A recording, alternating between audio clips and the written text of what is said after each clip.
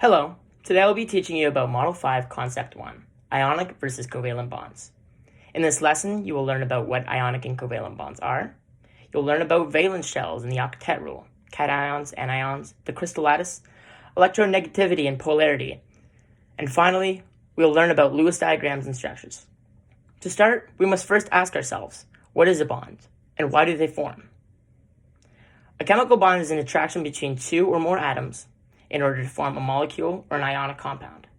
These bonds are formed in order for atoms to fill out their valence shells, or in other words, to satisfy the octet rule, to become more stable.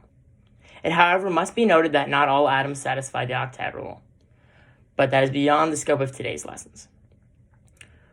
As we know, there exist two major types of bonds, ionic bonds and covalent bonds. Put simply, an ionic bond is when one atom donates one or multiple electrons to another atom that will accept these electrons, causing both of them to have a complete valence shell.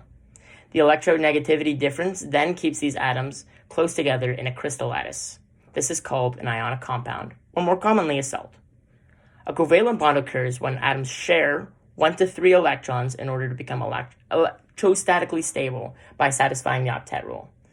This sharing of electrons creates strong bonds, and these bonds form what we know as molecules. Let's begin. While discussing covalent bonds, it is important to discuss the different types of covalent bonds, being sigma and pi bonds. As we know that covalent bonds are technically overlaps of electron orbitals, the bonds can have different shapes. Without diving too deep into VSEPR models and electron orbitals, we can deduce what type of bond and the shape of the bond based on it being a single, double, or triple bond. The first bond that a molecule will make will always be a sigma bond. This is the simplest shape with a simple overlap of electron orbitals. And all single bonds consist of one sigma bond. If a molecule has a double or a triple bond, those two bonds will be pi bonds. While a sigma bonds are simple overlap of the closest electron clouds, looking at the VSEPR model of these atoms, it is plain to see that a pi bond is not as easy to form. Looking at this diagram of a pi bond, the bond is above and below the sigma bond. It is important to realize, however, that just like an electron orbital, the electron is not actually above and below these locations. It is only in one of these locations at any given time. The third bond, also the second pi bond, is beside the sigma bond. So instead of being over top and below, it's on either side. This diagram explains why triple bonds is the maximum type of bond, as there is no physical space for a fourth bond to be made. The important difference between ionic bonds and covalent bonds are the structures that they make when they form ionic compounds and molecules respectively.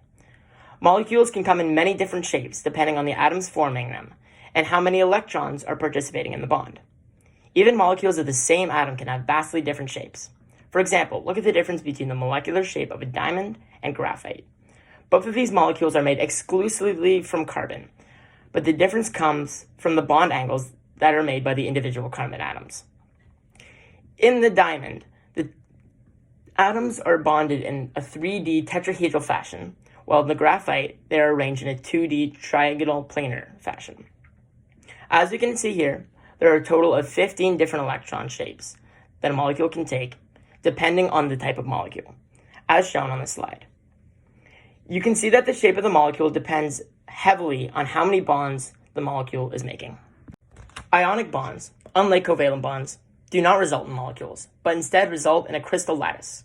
A crystal lattice is formed from the positively charged electron-donating cations and the negatively charged electron-receiving anions. The cations and anions are attracted to each other due to their large electronegativity difference, like the attraction between a proton and an electron. An example of this is table salt. In this case, the anion is sodium and the cation is chloride, forming sodium chloride. The crystal lattice can also become very large, so large, in fact, that it can be seen by the naked eye, such as a cubic salt crystal. For this reason, an ionic bond does not actually create what would be considered a molecule, as there is no sharing of electrons. It instead creates ions which have a high intermolecular force to create these lattices. These intermolecular forces are so strong that they are very difficult to break apart physically, which results in these ionic compounds being solid at room temperature. When discussing ionic and covalent bonds, it is important to discuss electronegativity, and more importantly, the electronegativity difference between the two atoms making the bond. As you most likely know, the electronegativity is the measurement of an atom's tendency to attract electrons measured on a scale from 0 to 4, with 0 being the lowest and 4 being the highest. But why is it important to know the electronegativity of atoms forming a bond? Well, by subtracting the electronegativity of the molecule with a smaller value from that of the larger value, we can deduce that a bond is ionic or covalent. If the electronegativity difference is greater than 1.7, well, the bond is ionic. If the electronegativity difference is 1.7 or lower, the bond is covalent. It should also be noted that if the electronegativity difference is less than 0.5, the bond is nonpolar. One last qualifier is if one atom of the bond must be a metal to be an ionic bond. One of the best ways to visualize an ionic compound, and even more so a molecule, is with the Lewis structure. Here we can see an annotated Lewis diagram of pentenyl chloride. We can see the string line between the oxygen and the hydrogen represents a single bond. The carbon-carbon bond towards the right represents a double bond with the 2 lines, and the triple bond between the 2 central atoms is represented by 3 lines. Finally, the dots on the chlorine represent lone pairs. It should be noted that the lone pairs can also be written as straight lines. As previously mentioned, Lewis diagrams are less useful for salts, but here's an example of a diagram of sodium chloride. This diagram shows that there is no shared electron, but simply 2 atoms in an ionic bond. The full valence shell can also be observed on the chlorine, and the donated electron can be seen as it is absent from the sodium. The charge can be seen on the top right corners, represented by a plus and a minus. If the charge on the ion is different, there would be a number in front of the symbol, such as 2 plus or 2 minus. Now let's move on to the applications section of this lesson. Let's take hydrogen fluoride, a simple compound, and see whether it's an ionic compound or a molecule by seeing what type of bond is between the 2 atoms.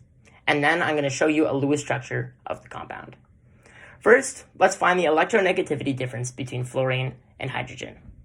And we'll be doing that by subtracting hydrogen's 2.2 from fluorine's 3.9. If you do the math, this gives us a value of 1.7, meaning that the bond is in fact covalent. On top of that, it's a very, very polar molecule. We also know that the compound is not ionic because neither hydrogen nor fluorine is a metal. As you can see here, this is what the Lewis structure looks like. Let's do another example, this time with lithium bromide. Bromine has an electronegativity level of 2.8, and lithium has an electronegativity level of 1.0. If you subtract these values, we can see that the difference is 1.8. Obviously, this is higher than 1.7. Therefore, it is within the range of an ionic compound. One final check to see if a compound is a molecule or an ionic compound is if one is a metal. And in this case, lithium is in fact a metal. Therefore, lithium bromide is an ionic compound. I hope that I was able to teach you about the difference between ionic and covalent bonds. You should leave this lesson knowing which type of compound each type of bond creates, the different shapes created by the bonds, the way to use calculations to differentiate them, and more. Thank you for coming to my lecture, and have a great day.